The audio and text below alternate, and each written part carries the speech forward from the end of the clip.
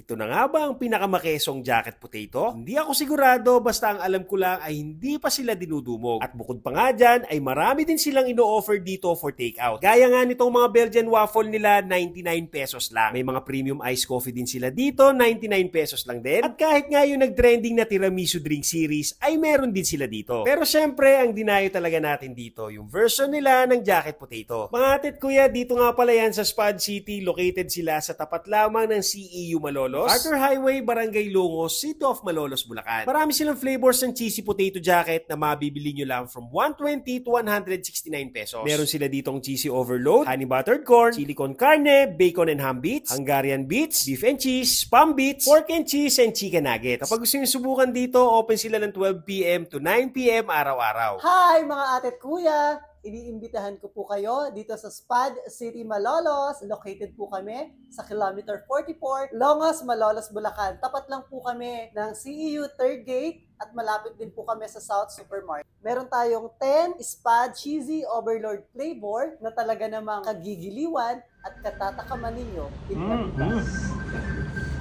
Medyo spicy. Sarap. O paano mga atit kuya? Kain tayo.